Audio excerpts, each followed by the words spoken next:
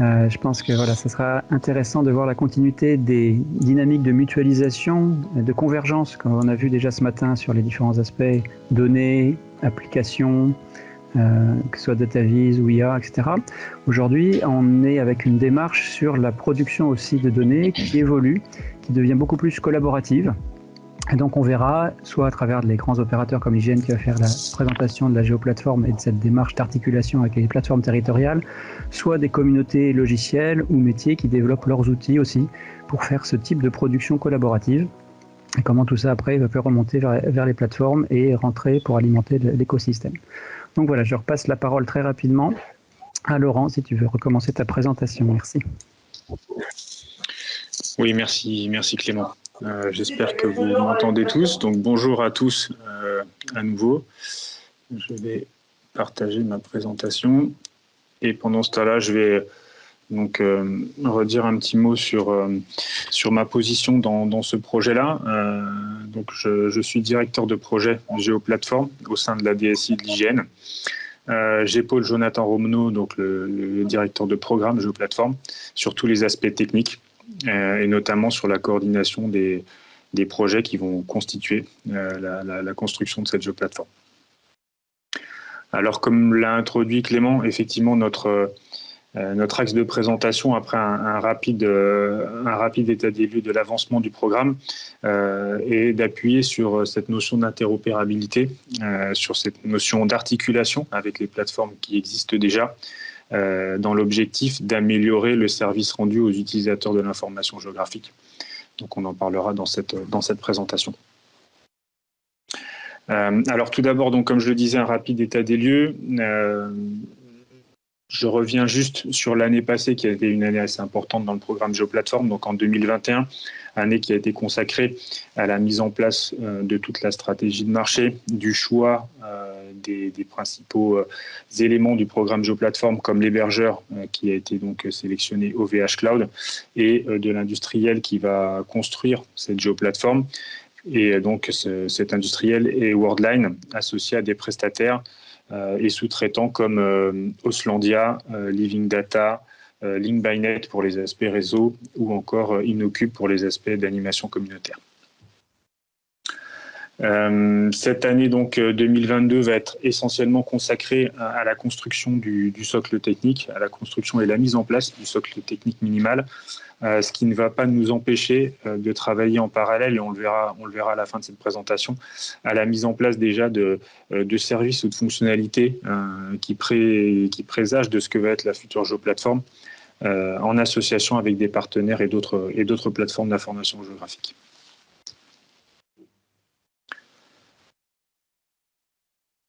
Il y a plusieurs piliers sur lesquels s'appuie le programme Géoplateforme. Et l'un de ces piliers, c'est comme on le voit ici, l'interopérabilité.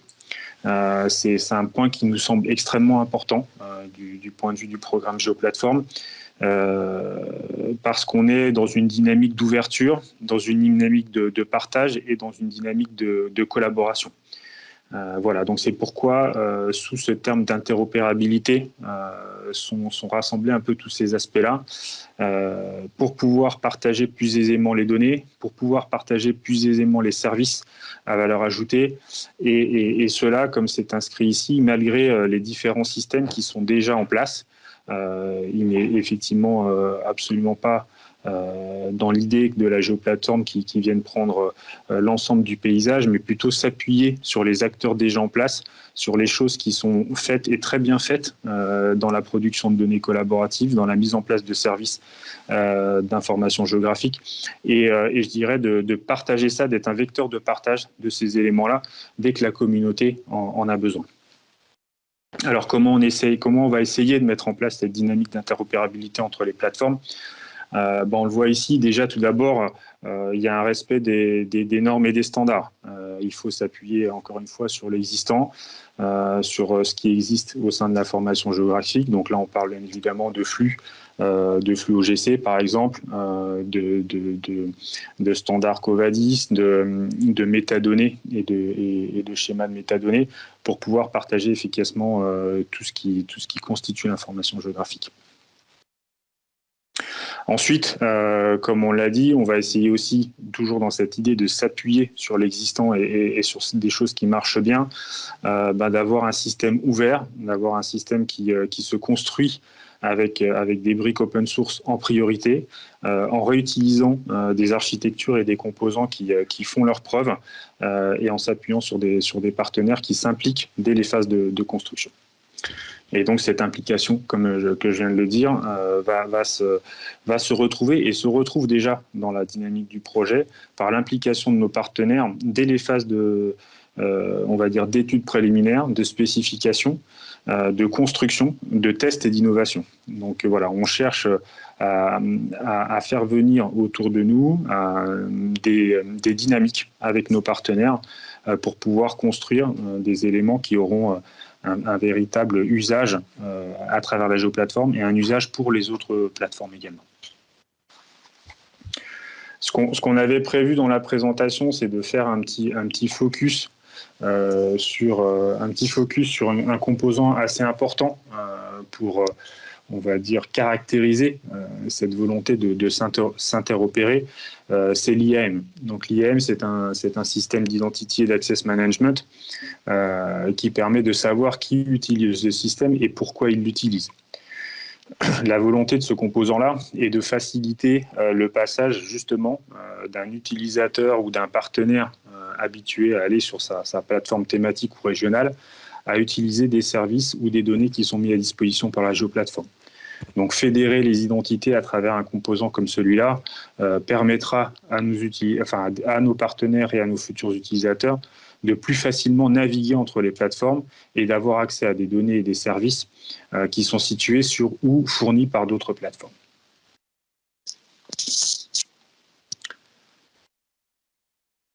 Voilà, donc l'IAM, comme je le disais, ça a cette volonté de faciliter l'accès, le partage, la circulation de l'information à travers les qualités qui tournent autour de l'IAM et toutes les possibilités que ça nous offre.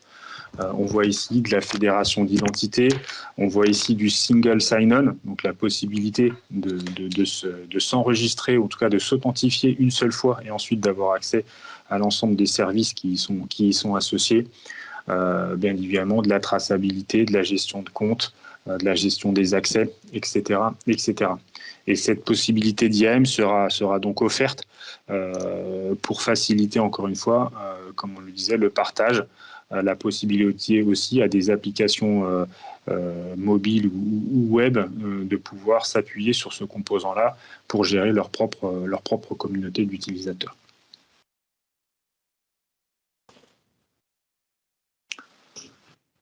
Ici, on présente rapidement tous les services qui seront mis en place et qui nécessiteront cette authentification dans l'objectif de pouvoir les partager, les diffuser avec les autres plateformes.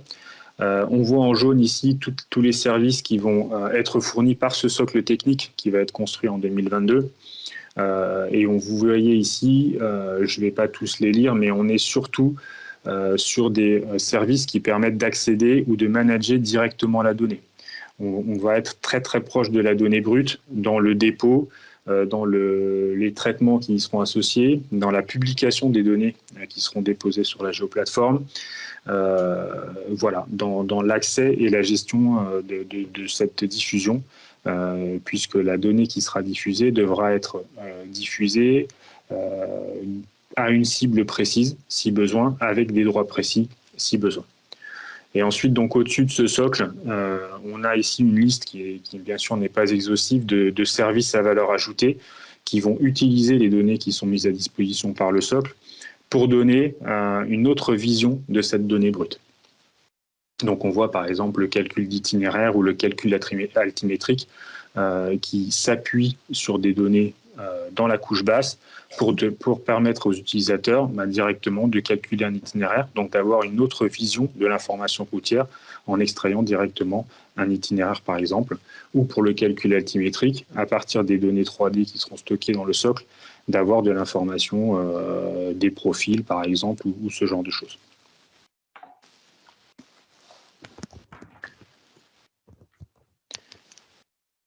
Donc, pour partager cette vision de co-construction avec nos partenaires, on essaye de faire circuler la vision de la géoplateforme en une plateforme qui est constituée de 3 cercles concentriques. Donc, je vous ai présenté déjà le socle, qui est un socle qui va donc permettre tout ce qui est gestion de la donnée, de l'alimentation jusqu'à la diffusion. Et là, on est vraiment sur la donnée brute, comme je le disais tout à l'heure. Il y a eu un gros travail qui a été fait par notre service des projets et prestations auprès de tous nos partenaires pour recueillir les besoins et pour essayer de faire participer un maximum tous nos partenaires dans la définition de ce qui seraient les services constituant ce socle. Au-dessus de ce noyau très important de la géoplateforme, il y a l'axe service. Donc cet axe service est là où on va permettre le dépôt et le déploiement de services à valeur ajoutée et la liaison avec des services qui sont déjà fournis par d'autres plateformes et qui s'appuient soit sur des données qu'eux-mêmes distribuent, soit sur des données qui seront distribuées par la géoplateforme. Et enfin, le troisième cercle est le cercle interface homme-machine. Donc là, on va y retrouver l'ensemble des portails, applications web, applications mobiles, qui vont s'appuyer sur les services et les données qui seront fournies par la géoplateforme, mais pas seulement, bien évidemment. Ces applications-là pourront aussi accéder à des services ou des données qui seront fournies par d'autres plateformes locales, thématiques ou autres.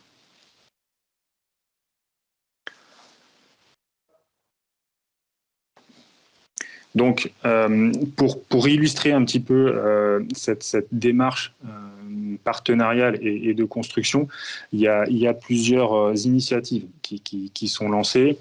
Notamment, on a déclenché un atelier un atelier en mars avec la région Bretagne pour travailler sur les synergies qui pourraient exister entre la plateforme GeoBretagne et la plateforme et donc la géoplateforme. Donc cet atelier en mars va permettre à ces deux acteurs, on va dire, de partager les roadmaps, de partager les services, de partager les données, de partager les processus et de mettre en commun ces éléments-là et de voir ce que les plateformes peuvent s'apporter l'une à l'autre dans leur construction, dans leur évolution. Donc c'est une démarche extrêmement importante qu'on met en place avec GeoBretagne, mais il y en a d'autres. En avril notamment, on va faire un atelier à l'échelle nationale avec nos partenaires. Là encore, pour arriver à détecter des synergies, pour arriver à mettre en place des roadmaps, faire participer nos partenaires dans la construction de la géoplateforme, mais voir aussi ce que eux peuvent apporter à cette construction-là. Donc c'est vraiment un axe clé de notre programme, l'ouverture vers les partenaires, l'interopérabilité, donc comment la géoplateforme arrive à s'articuler et à apporter une véritable plus-value à tout ce qui existe déjà dans le monde de l'information géographique en France, à être un maillon de cette chaîne supplémentaire en apportant de la valeur. Donc pour cela, ce qu'on voulait aussi faire passer comme message, c'était vous pouvez vous tenir informé sur l'avancement du programme comme vous le voyez ici sur le slide en question, mais il ne faut pas hésiter à nous contacter aussi, à contacter votre chargé de relations dans votre région ou assez proche de chez vous pour solliciter un premier contact, participer aux ateliers qui ont été rapidement présentés ici. Tout ce que vous pourrez faire remonter comme besoin, comme synergie, comme lien à faire avec la géoplateforme, ça sera un plus et de notre côté, on va accorder un temps significatif et une attention très forte à cet axe-là de notre programme. Voilà, je crois que le format est assez court en termes de présentation. Si vous avez quelques questions, je suis bien sûr à votre disposition pour y répondre. J'ai vu passer plusieurs questions dans le chat. Benoît Morando a répondu peut-être à certaines, mais je crois qu'effectivement, il y a une volonté, enfin une question qui synthétise, c'est comment être mieux associé et donc effectivement peut-être suivre, mais avoir après une vision peut-être plus globale des modes d'association et comment on peut participer, à la fois aussi sur le plan technique. Donc là, j'ai entendu une démarche avec GeoBretagne. Donc GeoBretagne, c'est sur GeoOrchestra, c'est une des 3 communautés principales des plateformes. Comment associer les autres? On a vu ce matin qu'il y avait des convergences techniques sur des aspects catalogage, par exemple, avec GeoNetwork et surtout l'évolution. Il y a, je les cite, on n'en a pas parlé encore, des réflexions aussi au NIGE dans le contexte du groupe métadonnées pour justement essayer de pousser un petit peu plus loin nos modélisations au-delà d'Inspire sur les métadonnées, que ça soit mieux harmonisé. Donc ça aussi un besoin, je pense, à partager avec la plateforme. Donc voilà, il y a des chantiers peut-être qui mériteraient d'être un peu plus largement mis en valeur avec tous les partenaires plutôt que d'avancer juste avec une plateforme. Comment on peut fonctionner sur ces aspects-là? Alors, on sait qu'il y a énormément de sujets à adresser en même temps et que ça prend du temps. De notre côté, comme je le disais ici, il y a une action très forte d'animation de nos partenaires. Donc ça, c'est une action qui est, on va dire, plus portée côté programme par Jonathan, mais on a avec nous une société qui s'appelle Co-Designit, qui nous appuie sur justement tous ces aspects un peu d'intelligence collective, comment arriver à embarquer avec nous et à faire participer plus de monde sur tous les aspects que tu as mentionné, Clément. Donc on travaille sur ces aspects-là. Il y a des ateliers, je pense notamment à l'atelier qui aura lieu en avril, où on a vraiment fait là un tour d'horizon des partenaires. Donc j'espère que la plupart des personnes qui sont ici, en tout cas des entités qui sont représentées ici, doivent être contactées ou ont déjà été contactées pour cette démarche-là. Et je dirais, il y a finalement 2 façons de travailler avec nous, et peut-être que Benoît ou Jonathan pourront compléter mes propos, mais il y a déjà tout ce que nous, on va mettre en place comme démarche d'atelier. On a un groupe qui s'appelle les partenaires bâtisseurs aussi, qui permet aussi de toucher quand même un certain nombre d'entités et de recueillir des éléments très factuels sur la construction de la géoplateforme. Donc il y a cet aspect-là où c'est plutôt l'hygiène qui dirait pousse. Et après, on va mettre aussi à disposition, donc on est en train de travailler, et le site hygiène.fr/géoplateforme en est le premier élément, mais on travaille aussi à fluidifier la communication et les informations qui viennent depuis le programme Géoplateforme pour permettre justement à des partenaires d'avoir accès plus facilement aux travaux qui sont en cours, aux sujets qui sont traités, pour solliciter des retours dès qu'il y en a l'intérêt ou la pertinence. Peut-être que la FIGEO pourrait jouer un rôle, je ne sais pas, Élise, comment tu vois les choses. Il y a peut-être une interrogation de la part des plateformes territoriales, puisqu'on a déjà initié un certain nombre de rendez-vous, de rencontres avec Benoît Morando notamment, Adeline Coupé, donc depuis le mois d'octobre, justement pour fluidifier les relations entre la géoplateforme et les plateformes territoriales, comme on le faisait avec Géoportail. Donc c'est vrai que nous, voilà, on reste aussi à disposition pour avancer. La question que s'était posée de faire une séquence géoplateforme un peu plus large aujourd'hui, on a finalement voulu zoomer que sur le volet authentification, mais on voit bien que c'est beaucoup plus large.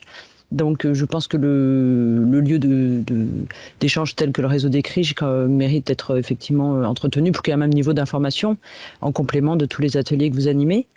Et on signale également qu'on a sollicité l'hygiène pour une rencontre avec le club SIG Grand Compte, donc plutôt le volet en grandes entreprises utilisatrices de services et de données IGN, donc qui serait à Calais au mois d'avril. Donc voilà, effectivement, on a initié des choses, mais j'imagine qu'animer cette communauté va être compliqué, et Benoît pourra peut-être apporter aussi un peu de détails sur la façon dont vous voyez les choses. Peut-être si je peux, c'est Jonathan Renaud, du coup, je suis pilote du programme Géoplateforme, peut-être pour compléter les propos de Laurent et puis répondre à quelques questions sur le chat très rapidement, notamment sur le choix effectivement de GeoBretagne. Je dirais que le choix s'est plus fait dans l'autre sens, c'est-à-dire qu'en fait GeoBretagne nous a proposé, nous a incité à venir monter un atelier chez eux pour commencer à entamer des travaux finalement de développement de services en appui sur la construction du du SOC, donc ce qu'évoquait Laurent, et donc on a rebondi dessus. Donc cet atelier s'est monté là dans cet esprit, et dans le nôtre, l'idée est d'essayer de répliquer ça sur d'autres territoires, notamment en fonction des demandes et des rebonds. L'idée étant bien entendu de commencer à pouvoir avancer en commun et de façon commune sur des sujets vraiment concrets. Donc c'est vraiment fait dans cet esprit-là. Et l'atelier d'avril, effectivement, il n'y a pas eu de communication encore de fait. La date est pas arrêtée, donc c'est pour ça que vous avez rien vu passer. Mais effectivement, la diffusion en sera large.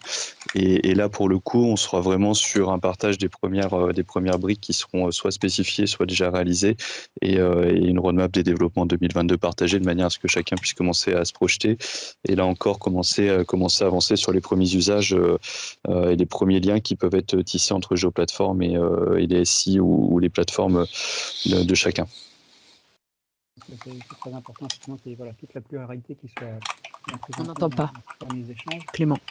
Je disais, oui, c'est important qu'il y ait toute la pluralité qui soit prise en compte dans ces échanges-là. Et je synthétise aussi d'autres questions que je vois passer sur l'aspect open data, données non géographiques pour les géoplateformes. Alors, ça rejoint les questions d'échange avec data.gouv. Alors, il y avait des aspects techniques sur le single sign-on. Moi, j'avais pensé aussi à France Connect, à Agent Connect, sur des choses, comment ça va s'articuler. Mais voilà, globalement, comment un petit peu aujourd'hui, est-ce qu'il y a des pistes, des réflexions déjà qui permettent de clarifier un peu ces échanges entre la géoplateforme et data.gouv et les flux, comment ça s'articulerait? Donc c'est encore à définir. Alors ces sujets-là sont encore à définir précisément. Ce qui est sûr, c'est qu'on a des relations très proches avec DataGouv. C'est un acteur bien sûr incontournable dès qu'on parle d'échange de données. Voilà, donc effectivement c'est encore à définir, mais les discussions sont en cours. L'acteur est mobilisé aussi et suit de près le programme Géoplateforme. Donc dès qu'on peut, dès qu'on pourra, on apportera un peu plus d'éléments sur ce point-là. Très bien. Je ne sais pas au niveau timing si on peut encore poser des questions ou si d'autres veulent poser d'autres questions ou si, Lise, on essaie de ne pas trop prendre de retard malgré le quart d'heure qu'on avait pris de début. Oui, je pense que c'est effectivement ce qu'on s'y attendait un petit peu. Ce sujet mériterait certainement un temps un peu plus long et je pense que c'est intéressant de voir les attentes pour pouvoir peut-être programmer d'autres temps d'échange un peu plus poussés. Mais c'est vrai que si on déborde trop, voilà, ce serait dommage pour les autres interventions de l'après-midi. Ok, donc à poursuivre. On va du coup se tourner vers Etalab pour recentrer cette fois sur un aspect un peu plus technique, c'est l'aspect normalisation des données avec schéma data.gouv. Geoffrey, est-ce que tu peux prendre la main? Bonjour, est-ce que vous m'entendez? Oui. Oui, du coup, je vais rebondir sur ce qui vient d'être dit sur la géoplateforme. Donc moi, je travaille chez Etalab, au sein notamment de l'équipe data.gouv.fr. Et donc, effectivement, on a des premiers échanges avec la géoplateforme, notamment sur les architectures de nos différentes stacks techniques et sur la partie validation des données. Donc, ça va être un petit peu en écho avec la présentation que je vais vous faire. Donc, je vais vous présenter mon... Est-ce que vous voyez mes slides? Oui. C'est bon, super. Donc, je vais vous présenter, faire un petit peu focus de ce qu'on fait côté Etalab, notamment autour des schémas de données et donc de datagouv.fr. Donc, on a une initiative qui existe depuis 1 an et demi à peu près, qui s'appelle schéma.data.gouv.fr, qui est portée par notre équipe côté Etalab et qui consiste à référencer, donc sur une plateforme, un certain nombre de schémas de données qui sont utiles par différents types de producteurs de données qui sont répartis sur plusieurs organisations qui ne se parlent pas forcément, mais qui vont produire le même type de données.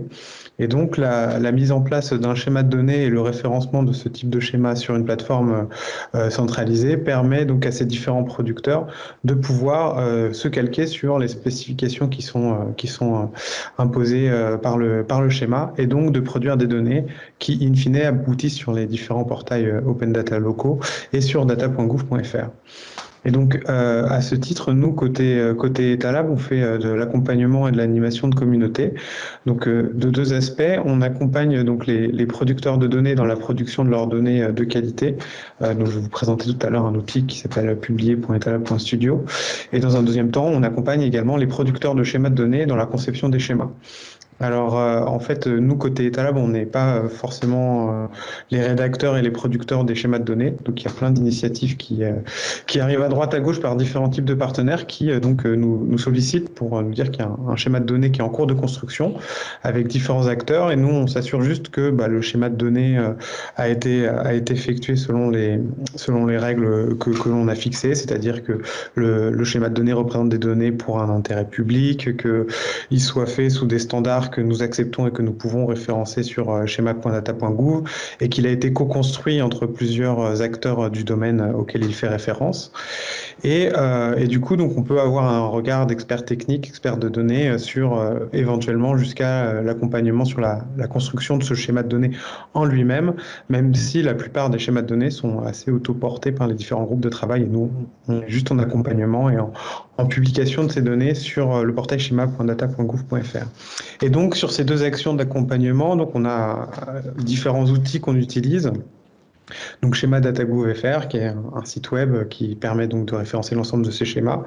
Publier Etalab Studio, qui est un outil qu'on a lancé l'année dernière et qui est toujours en version bêta, mais qui va probablement passer en version officielle là au courant du printemps, qui est un outil qui permet de publier des données selon un schéma de données directement sur la plateforme data.gouv.fr et en s'assurant que les données produites sont déjà de qualité et respectent un schéma de données. Et puis, bien sûr, la plateforme des données ouvertes data.gouv.fr. Donc pour l'accompagnement, en fait, on a différents supports qui sont utilisés, qui peuvent être utilisés par les différents producteurs de données ou producteurs de schémas. Donc on a un guide qui est publié sur la qualité des données et sur la création des schémas de données. Je mettrai le lien sur le chat après l'intervention. On a des infolettres, des événements ponctuels. On a également donc une éditorialisation du site schéma DataGouv que je vais vous montrer qui permet de naviguer parmi les différents schémas qui sont publiés et donc de visualiser éventuellement les données afférentes à un schéma de données particulier. Et on a un espace de discussion. Alors cet espace, il est hébergé sur GitHub qui permet donc à tout un chacun de pouvoir proposer une idée de schéma de données et de laisser la communauté réagir sur cette idée et de voir pourquoi pas naître un groupe de travail sur une initiative particulière. Enfin, on travaille beaucoup avec Open Data France, qui travaille notamment sur des problématiques sur la validation des données et notamment administre un outil qui s'appelle Validata, qui permet donc de valider des données à partir d'un schéma de données. Il y a des travaux donc, qui sont en cours aujourd'hui, notamment portés par Open Data France, sur la validation de données. Aujourd'hui, on se concentre sur des données tabulaires, plutôt CSV, mais sur des données à un format un peu plus arborescent de type JSON, donc avec une évolution de Validata qui devrait arriver également dans les prochains mois. Donc les différents outils, je vais passer en mode démonstration, ce sera plus sympa. Alors je vais partager mon tac.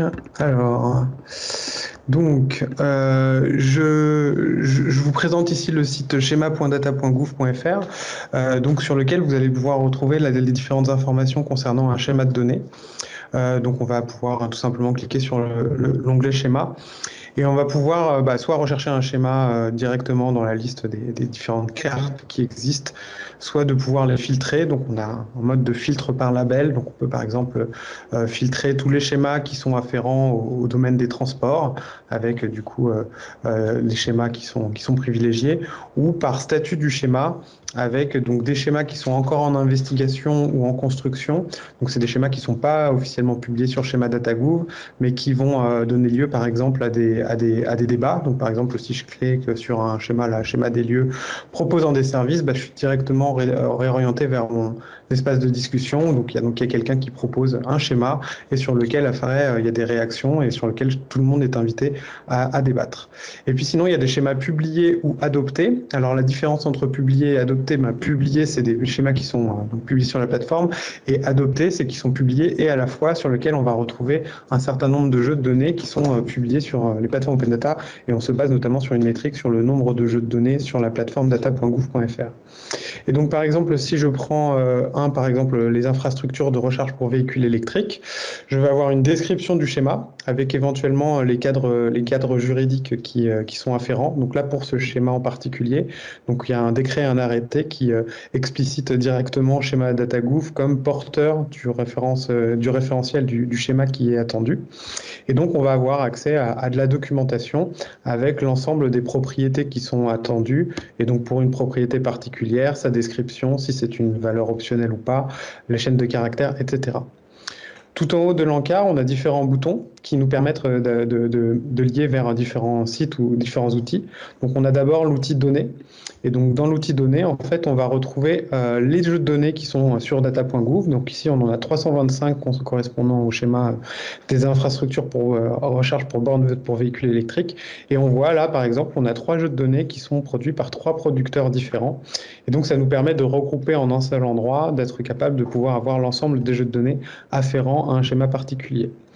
Comment est-ce qu'on s'y prend pour faire ça? Donc, on peut aller sur la plateforme DataGouv et publier ces données de manière classique, ou on peut aller donc sur l'outil dont je vous ai parlé, publier.etalab.studio, qui permet de saisir directement ces données. Donc, soit plusieurs modes de saisie sont proposés, soit un mode de saisie par upload de fichiers. Donc, par exemple, je vais sélectionner un fichier qui se trouve sur mon ordinateur. Donc là, on me dit, en interrogeant directement Validata, si le fichier il est conforme ou non. Ou de la même façon, si je vais prendre un exemple invalide, s'il y a des erreurs, et on va indiquer, expliciter les différentes erreurs qui se trouvent sur le fichier. Et en fait, on peut directement après aller corriger le fichier en directement voyant donc le résultat sur un tableur en ligne et de pouvoir identifier rapidement où se trouve l'erreur, la corriger et puis après de retenter une vérification et de voir que le fichier il est conforme. Et donc on peut soit télécharger le fichier, soit le publier sur data.gouv.fr, et donc là on peut le publier soit au nom de son organisation, soit en son nom. Donc là, je vais publier un nouveau fichier donc en mon nom avec des métadonnées qui sont déjà pré-remplies. Je clique simplement sur publier et automatiquement, le fichier est publié. Il est disponible sur data.gouv.fr. Et donc, dans notre base de données chez data.gouv, on a l'information que ce fichier, il est lié au schéma des infrastructures de recharge pour véhicules électriques. Et donc, on va pouvoir l'utiliser pour faire des consolidations de données. Et c'est par exemple pour cela qu'on a donc un fichier de consolidation qui est consolidé de manière périodique toutes les semaines, où on va retrouver l'ensemble des données qui sont concaténées en un seul fichier sur un seul et même fichier qui pourra être réutilisé et constituer une base nationale. Donc c'est un peu le même principe qui fait notamment côté transport DataGouv sur les schémas des lieux de covoiturage ou les aménagements cyclables, ou etc., etc. Et donc si je reviens, alors pardon, je vais revenir encore, à mes slides. Voilà, si je reviens sur mes slides, plein écran, voilà.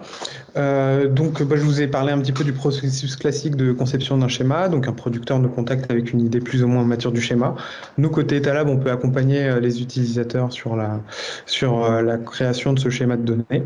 Derrière, je ne suis pas rentré dans le détail technique, mais il s'agit d'une implémentation un peu technique sur un repository GitHub ou GitLab ou autre, Git.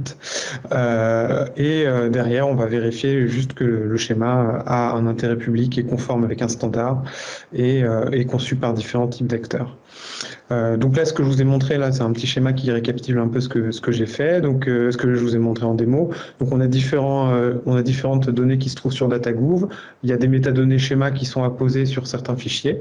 Et ben, automatiquement, on va pouvoir récupérer l'ensemble de ces données et constituer des bases de consolidation assez facilement.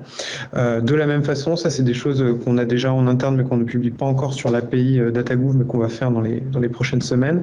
C'est de publier directement le rapport de validation de chacun des fichiers dans l'API de DataGouv. Donc il sera facile de récupérer pour un jeu de données particulier les informations. Donc aujourd'hui on peut déjà récupérer les informations liées au schéma, mais on n'a pas forcément le détail. Donc par exemple, quelles sont les erreurs, où est-ce qu'on va retrouver une erreur particulière.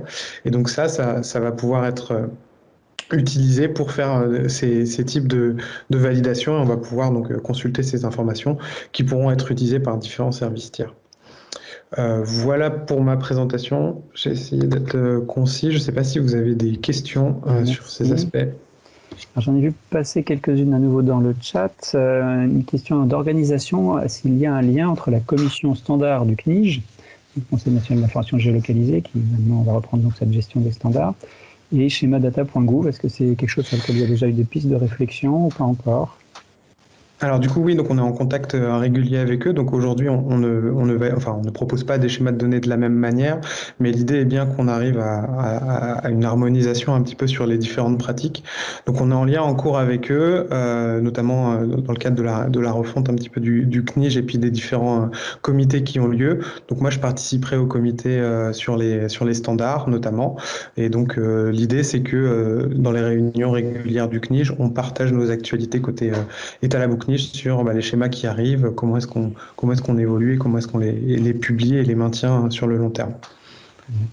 Je crois que c'est important de souligner peut-être aussi ce que tu as montré rapidement sur les aspects réglementaires, parfois qui sont associés à ces schémas. Je crois que c'est aussi une solution technique, juridique qui se met en œuvre, oui, avec la souplesse suffisante pour pouvoir faire évoluer des schémas tout en ayant un cadre légal qui, référençant un schéma sur schemadata.gouv, permet d'avoir un écrit juridique qui est stable et qui force des communautés. Ça peut être des entreprises, ça peut être dès qu'on a besoin de cadrer vraiment des choses, et avoir une multiplicité d'acteurs qui produisent de la donnée de manière normalisée, et en même temps la facilité de fusionner, consolider ces informations. Voilà, c'est une des pistes, pas la seule.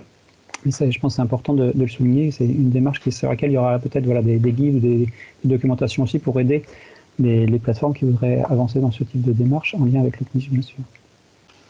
Il y a d'autres questions peut-être que j'ai pas eu le temps. Oui, est-ce qu'il y a des contrôles géométriques sur les données ou pour l'instant c'est seulement sur la structure attributaire et les champs de valeur? Comment ça se passe?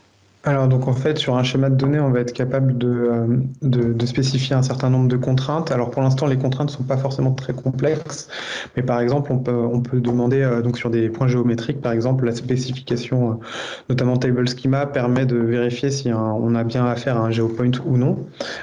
Donc ça on va pouvoir faire ce type de contrôle. Après on n'a pas aujourd'hui, mais c'est des choses sur lesquelles on est en train de réfléchir, de voir si on est capable de contrôler si un point ou une forme géographique se trouve dans une zone particulière. Ça, c'est des choses qui sont techniquement faisables, mais qui ne sont pas implémentées pour l'instant. Et c'est des choses sur lesquelles on réfléchit notamment, oui. Je vois sur la question sur le déclaratif des schémas de données. Donc aujourd'hui, donc quand on passe par publier.etalab.studio, on va avoir l'information schéma que si on a bien publié les données sur toute la ligne. Donc là, les données sont forcément conformes.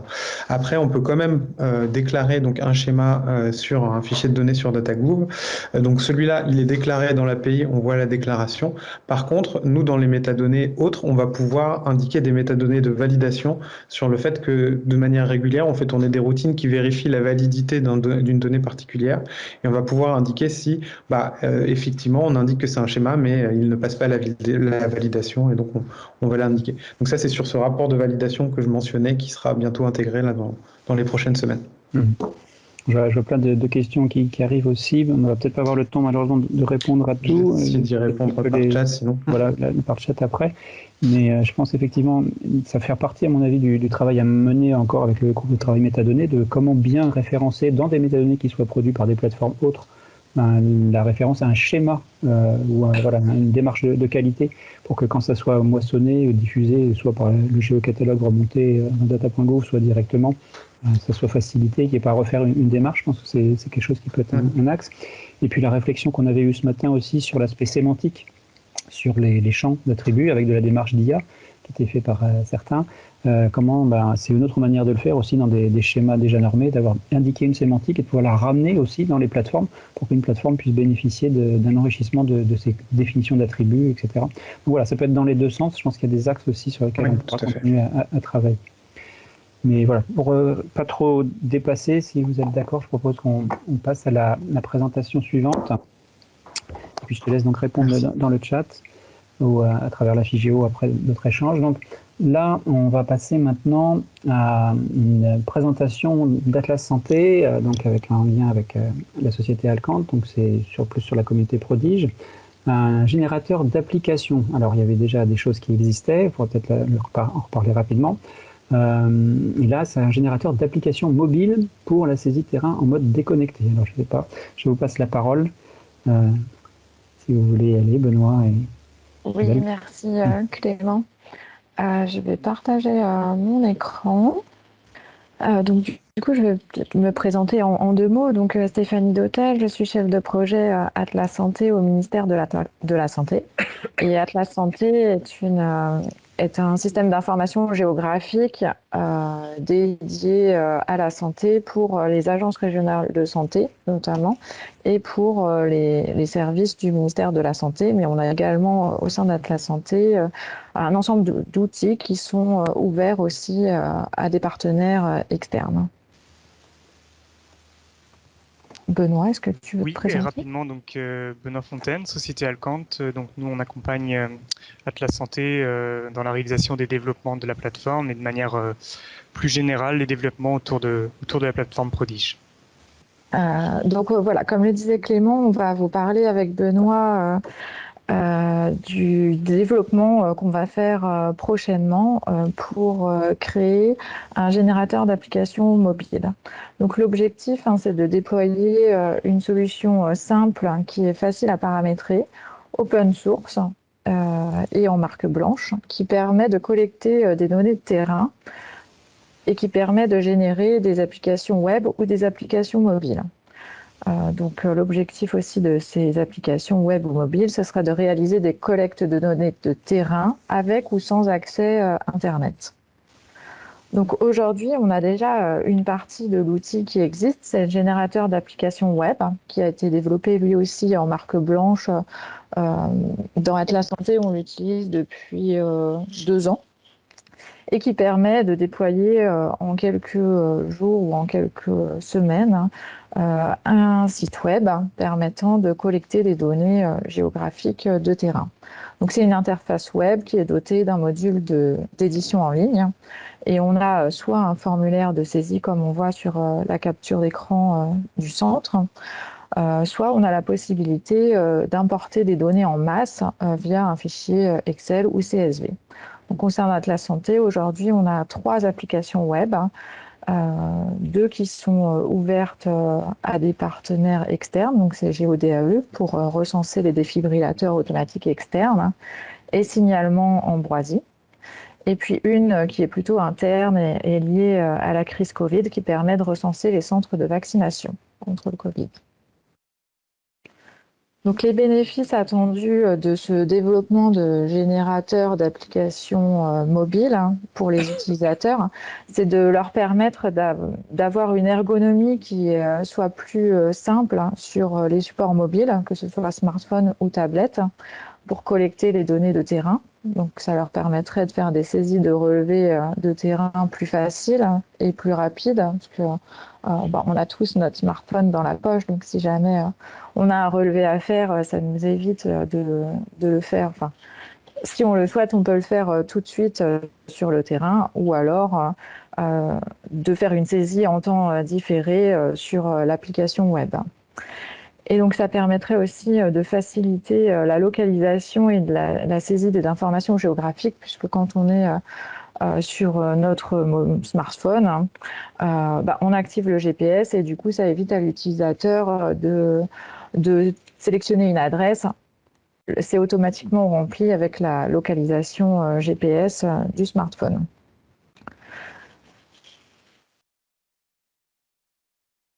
Donc, pour l'utilisateur, le fait de saisir en temps réel via l'application mobile, ça lui permet aussi de faire des saisies non connectées à Internet. Même s'il est dans un endroit où il n'y a pas de réseau Internet, il peut quand même faire sa saisie sur l'application smartphone. Et ensuite, quand il va retrouver le réseau, les données seront resynchronisées et permettront d'alimenter la base. Comme ça, il n'y a pas de perte de données. C'est stocké directement le temps de retrouver de la connexion réseau. Les bénéfices attendus pour l'infrastructure de données géographiques, ça va être la possibilité de créer une interface web et ou une application mobile en quelques jours. Donc c'est notamment ce qu'on a fait nous au sein d'Atlas Santé. On a créé une interface web pour la centralisation des centres de vaccination Covid en moins de 2 semaines. Ça permet également une gestion centralisée des droits selon les profils utilisateurs et de permettre de garantir les contraintes identiques quel que soit le support, que ce soit sur l'interface web ou sur l'appli mobile. Et l'administrateur, lui, bénéficie des comptes, de l'annuaire des comptes de Prodige et des fonctionnalités de contrôle de droit, que ce soit un accès par profil ou un accès par zone géographique. Et il y a la possibilité aussi d'avoir des applications dédiées à un sujet ou un projet avec des accès indépendants et clairement identifiés. Donc, par exemple, au sein d'Atlas Santé, on a plusieurs outils. Et donc, l'idée, ce serait d'avoir 2 possibilités. Une application centrale dédiée à Atlas Santé et selon les droits de l'utilisateur, il a accès à un ou plusieurs outils d'Atlas Santé, mais tout ça au sein d'une application centrale. Ou alors d'avoir des applications métiers dédiées à un sujet. Par exemple, d'avoir une application dédiée au signalement de l'ambroisie ou d'avoir une deuxième application dédiée à la déclaration des défibrillateurs, par exemple. Ce seraient les 2 possibilités.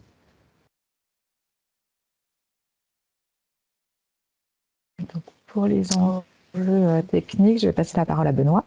Merci Stéphanie. Donc les enjeux du futur générateur d'applications à la fois web et mobile, c'est d'une part d'être en capacité de générer des applications web et des applications mobiles compatibles avec différents types de plateformes, des plateformes Android et iOS. Donc notamment, là l'idée c'est de créer des applications hybrides pour permettant de gérer avec un même code source les différents supports. Un des enjeux également, c'est d'être en capacité de générer des applications à la volée, notamment en construisant une chaîne de publication automatisée ou semi-automatisée, c'est-à-dire de partir du back-office du générateur et de pouvoir déployer des applications mobiles tout en intégrant les étapes de publication sur les stores avec les API qui sont mises à disposition par Apple ou par Android. Avec un petit bémol pour certaines informations qui ne sont pas forcément automatisables sur ces stores. Côté application mobile, là on a un certain nombre d'enjeux techniques également, notamment la faculté de pouvoir fonctionner en déconnecté. Donc pour fonctionner en déconnecté, ça veut dire être sur le terrain avec un certain nombre de données fond de plan, notamment une orthophoto par exemple. Donc ça veut dire également pouvoir l'embarquer sur son smartphone avant de partir sur le terrain. Donc là on a des mécanismes qui permettront de télécharger sur son smartphone des fonds de plan et également des données métiers, des données pour la saisie en modification notamment, et de les embarquer, de les préparer sa saisie avant de partir sur le terrain. Donc corrélé à ça, on a également, on va devoir gérer des volumes de données embarqués qui seront assez importants puisqu'on se retrouve à devoir, sur une application mobile, gérer à la fois la partie client et la partie serveur quand on est en déconnecté. Donc ça veut dire qu'il faut gérer les volumes de données qui sont embarqués et gérer les performances d'affichage, les performances de l'application de manière globale. Donc pour ça, on prévoit également des systèmes de monitoring des volumes embarqués, de pouvoir gérer par exemple le fait d'embarquer qu'une partie des fonds de plan, de pouvoir embarquer une partie des niveaux de zoom, etc. Et puis une dernière problématique qui va être gérée également dans ce projet, c'est la synchronisation avec la base de données centrale, puisque on va se retrouver avec un fonctionnement déconnecté, hors réseau, la possibilité de créer de la donnée, la possibilité de modifier de la donnée existante, et puis une fois qu'on revient par exemple au bureau, la volonté de vouloir synchroniser la base de données centrale avec des mécanismes de synchronisation et des contrôles autour de ces mécanismes qui seront importants à gérer.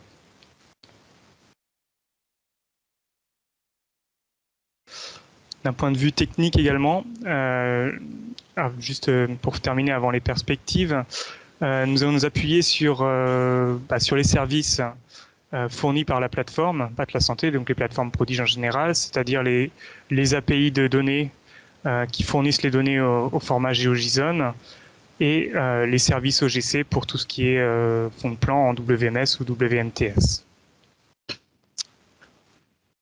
Et pour terminer sur cette présentation, donc, les développements seront réalisés au cours du premier semestre 2022. Ils seront intégrés au module générateur d'applications métiers de Prodige. Donc c'est le module dont parlait Stéphanie, qui permet déjà à l'heure actuelle de générer une application métier web directement à partir d'une plateforme Prodige. Et ils seront disponibles sur la forge GitLab de la Dulact en open source.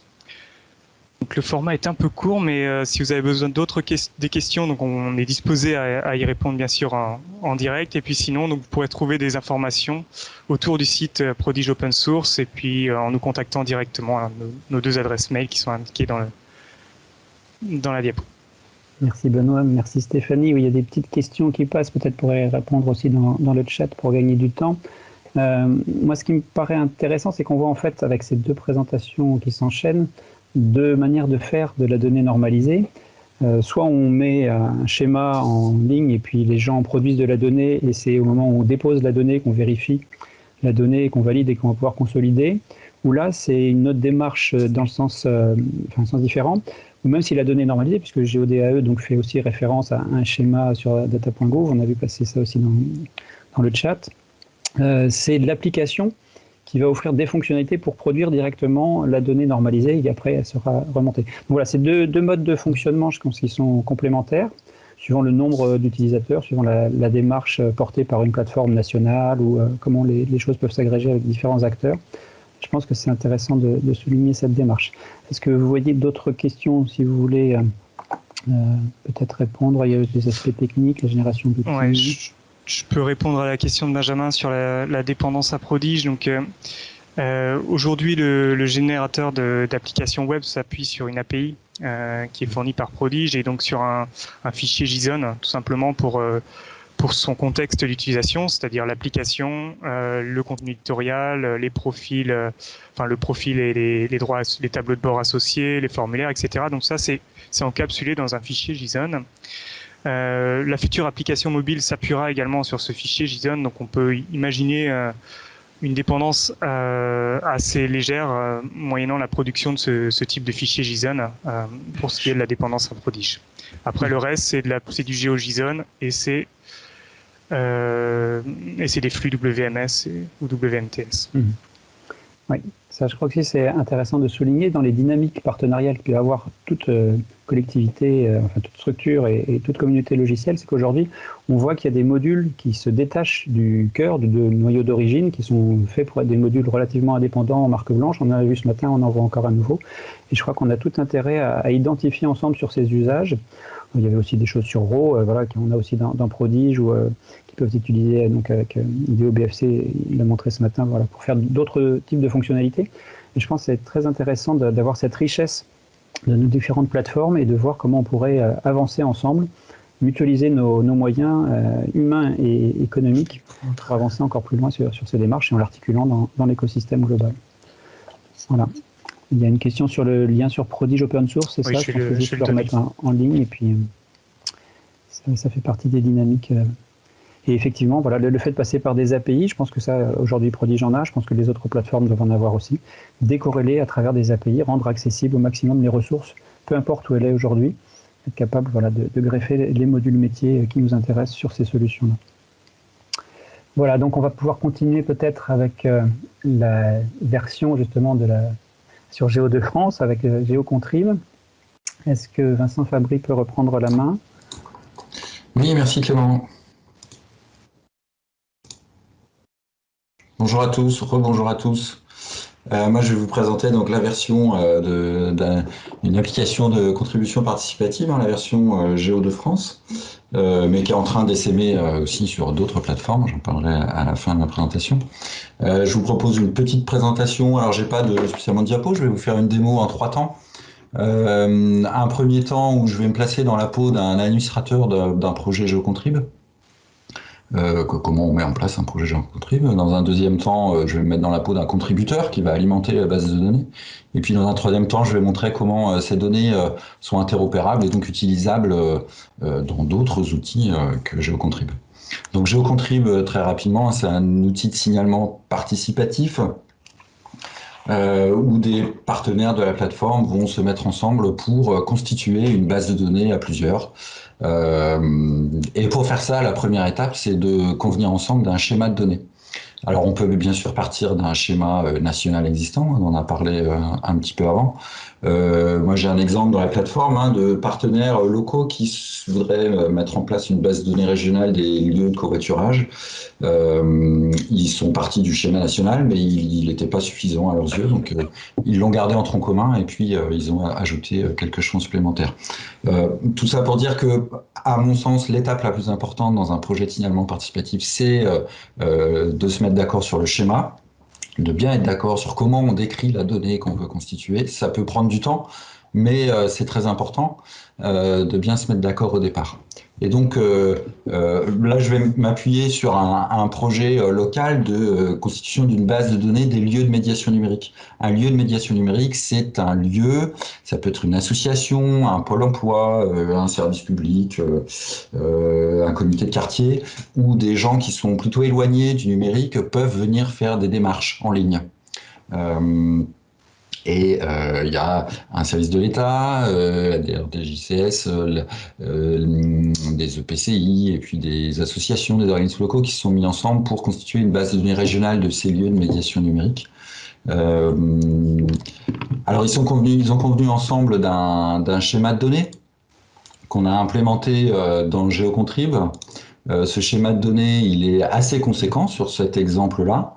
Il y a beaucoup de champs. On peut faire des projets GeoContrib avec juste un champ, 2 champs, et puis là il y en a beaucoup. Par exemple, le nom de la structure, le statut, la nature, les horaires d'ouverture, le mail, etc. Bref, tous les champs classiques qui décrivent une structure. Dans GeoContrib, on peut faire des champs texte, des champs numériques, des champs booléens, des champs liste de choix. Voilà, il y a plusieurs possibilités techniques. Une fois qu'on s'est mis d'accord sur le schéma de données, on l'implémente dans l'application. Et puis après, la deuxième étape, c'est de définir qui a le droit de contribuer au projet.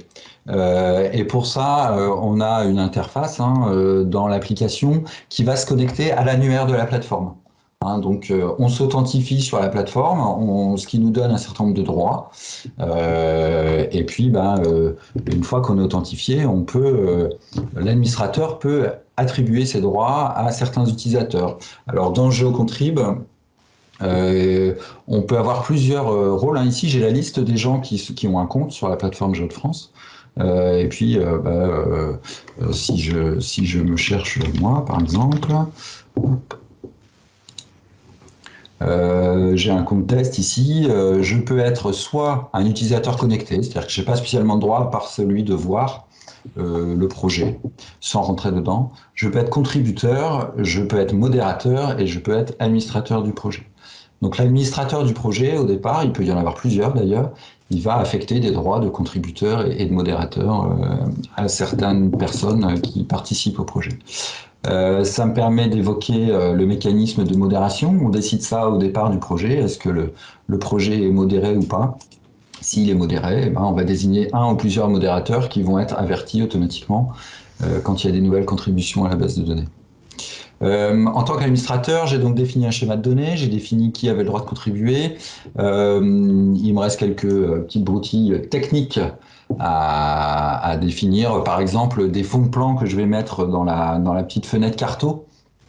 Je peux mettre des fonds de plan, des référentiels, je peux aussi mettre de la donnée métier qui peut aider le contributeur à saisir sa donnée. Donc voilà, je peux me connecter à des flux WMS ou TMS pour ajouter des couches de données à ma carte. Voilà, je crois que j'ai fait le tour en tant qu'administrateur, mon projet est lancé. Maintenant, je peux contribuer. Donc, pour contribuer, je vais arriver sur un formulaire de saisie assez classique avec une petite interface Carto qui va me permettre de localiser mon lieu de médiation numérique. Donc, ici, je vais le mettre dans la baie de Somme pour me souvenir que c'est un test. Et puis, je vais donner un nom à mon lieu de médiation numérique. Le statut, j'en parlerai après, une description. Et puis ensuite, je retrouve tous les champs du formulaire de saisie qui a été mis en forme dans l'application et défini par les partenaires du projet. Alors, le statut, au moment où je rédige mon signalement, il est en mode brouillon. Et puis, si j'ai pas le temps de terminer ma saisie, je le laisse en mode brouillon et il n'y a que moi qui vois le signalement. Quand j'ai fini de saisir, je peux le publier. Alors là, je peux passer directement en statut publié parce que en fait, je suis administrateur, donc on part du principe que l'administrateur publie automatiquement ses signalements. Mais si j'étais un simple contributeur, j'aurais un statut qui est en attente de publication. Et vu que mon projet est modéré, il va falloir que mon signalement passe par la case modération. Donc le modérateur va recevoir une notification par messagerie électronique et puis va pouvoir valider ou pas mon signalement. S'il est validé, il devient alors visible par l'ensemble des membres du projet.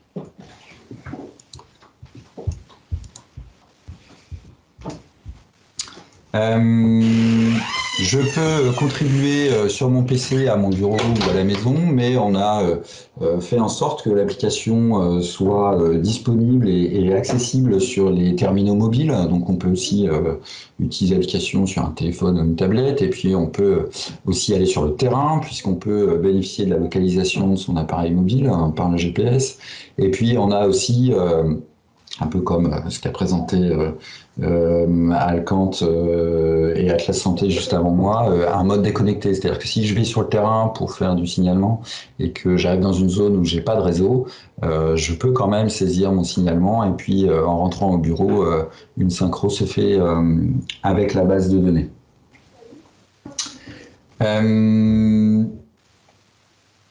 Voilà, j'ai fini avec la partie contribution. Maintenant, je voudrais montrer quelque chose qui me semble important, c'est que la base de données qui est constituée dans GeoContrib, elle n'a pas vocation à rester dans GeoContrib. On a fait en sorte que les données soient tout à fait interopérables. Et qu'est-ce qu'on peut faire avec une base de données qui a été constituée dans GeoContrib?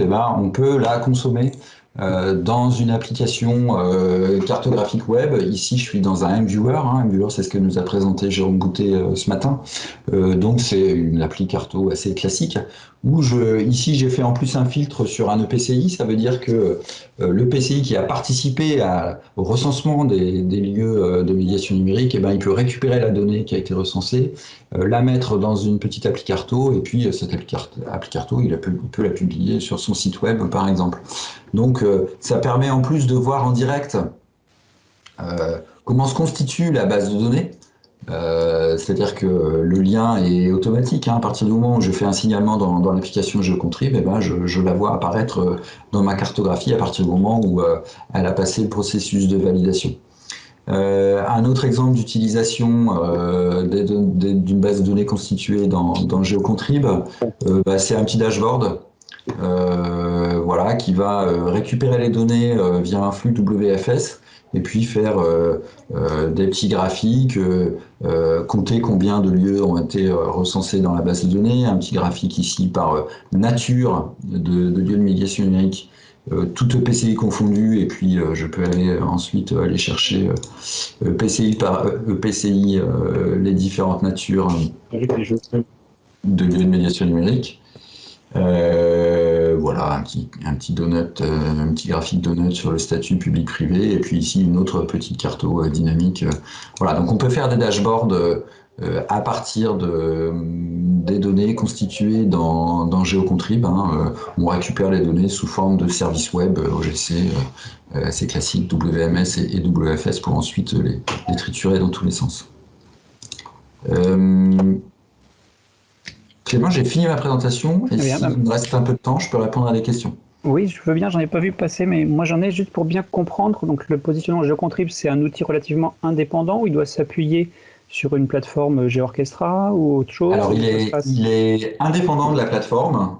Simplement, il faut s'assurer que quand on l'installe sur une IDG existante, il puisse se connecter à l'annuaire de la plateforme en question.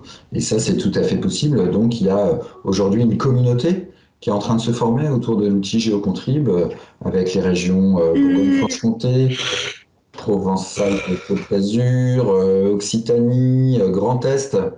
Et toutes ces régions, toutes ces plateformes utilisent des IDG différentes et pourtant, GeoContrib est capable de s'adapter à ces différentes structures et IDG.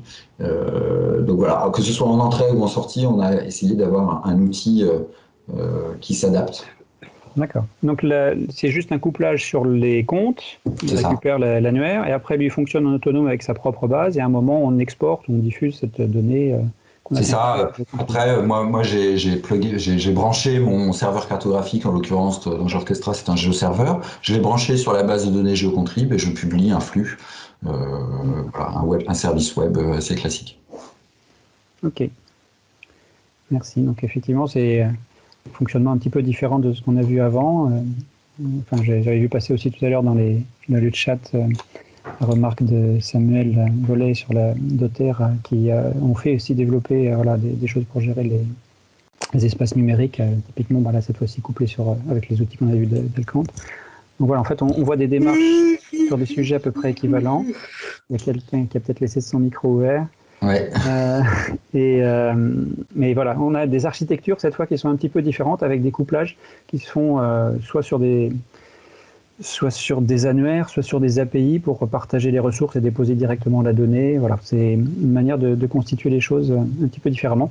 Et puis ce qu'on a vu aussi effectivement de la partie importante du début de créer le schéma, qui est une démarche effectivement fondamentale, qui elle serait aussi à vocation, je pense, à s'articuler avec schemadata.gouv et les démarches qu'on a vues pour récupérer peut-être facilement des schémas normalisés ou les partager. Ça peut être intéressant de continuer à réfléchir sur ces sujets-là. Il y a quelques questions peut-être qui arrivent sur les retours d'usage. Y a-t-il des thématiques de signalement qui marchent plus que d'autres? Alors là, c'est une question à l'ensemble de la communauté. Je pense qu'il faudrait faire carrément une enquête. Mais effectivement, ce que je mentionnais tout à l'heure, les espaces numériques, il y a eu des sujets aussi. Parfois, moi j'ai vu passer de réactivité forte. Il y a eu la période Covid. Alors peut-être que Stéphanie pourrait le mentionner, mais voilà, il y a eu des développements rapides pour gérer par exemple des vaccins ou des plateformes que j'avais vues aussi pour déclarer les espaces où se produisaient les masques ou les différentes solutions dont on avait besoin à l'époque. Voilà, ça permet aussi, je pense, de réagir rapidement. Ce type d'outils qui génère facilement des interfaces ou des applications pour répondre à un besoin en urgence. C'est aussi, je pense, une carte dans la manche qu'on peut avoir dans les différentes plateformes pour réagir aux situations malheureusement qui sont toujours complexes. Un sujet qui marche bien en ce moment, c'est les friches. Nous, on a plusieurs projets sur les friches, de recensement de friches en Hauts-de-France, que ce soit des projets très locaux à l'échelle d'une communauté urbaine, une communauté d'agglo ou à l'échelle d'un département, et puis on réfléchit à un projet à l'échelle régionale également. Très bien. Je crois que du coup, on peut peut-être, sauf s'il y a d'autres questions, passer à la présentation suivante. On va voir une autre manière encore de créer un outil collaboratif, cette fois orienté sur une communauté peut-être plus d'un centre d'intérêt. Donc on va voir avec Geotrek et le collaboratif et comment ça s'articule aussi avec une plateforme territoriale. Donc je passe la parole à Michael, s'il veut bien. Oui, bonjour à tous. Alors je vais vous partager ma diapo. Hop là, est-ce que tout le monde voit bien? Oui. Ok, très bien. Donc Michael Viader, chargé de mission chez OpenIG. Aujourd'hui, je vais vous parler de Geotrek et le collaboratif, le rôle d'OpenIG. Alors un petit plan rapide pour montrer un peu ce qui va se passer. Donc en premier temps, on va parler d'OpenIG, qu'est-ce que c'est pour ceux qui ne savent pas. Puis ensuite, je vais expliquer un peu Geotrek, comment ça fonctionne avec une vidéo de présentation. Je précise que dû à un petit souci technique avec Teams, j'avais intégré la vidéo dans le PowerPoint, mais il n'y a pas de son avec la vidéo. Donc je vais vous partager le lien de la vidéo. Je vais la lancer de mon côté. Alors, moi j'ai trouvé une technique, en fait quand tu fais partage, il te demande si tu veux mettre du son. Je pense qu'il faut que tu cliques dessus. En fait, même ça marche pas. Ouais, exactement. C'est un souci qui est récurrent qu'on a avec Teams. Donc voilà, je vais envoyer le lien donc la vidéo de présentation, je vais la regarder de mon côté et je laisse un petit peu de temps que tout le monde la regarde et on passera à la suite. Je vais expliquer un petit peu après la communauté nationale qu'il y a autour de Geotrek, qu'est-ce qui se passe, et à la fin, une petite démo rapide de l'application. Donc voilà, pour faire rapide, OpenIG, qu'est-ce que c'est? Donc c'est la plateforme régionale de l'information géographique en Occitanie, donc le CRIGE local, qui est une association de loi 1901 sans but lucratif qui a été créée en 1994, donc anciennement SIGALER. On a actuellement 187 adhérents pour 8 salariés, mis en place par et pour les collectivités et EPCI et ouverte au privé, donc 15% des adhérents, et dont le but c'est la mutualisation, le partage d'infos et de méthodes, de réseaux, de services autour de la donnée géographique. Si vous voulez plus de détails sur le projet associatif, je vous ai mis le lien dans la diapo du site. Donc là on arrive au moment de la vidéo, je vous partage le lien dans le chat de la vidéo YouTube,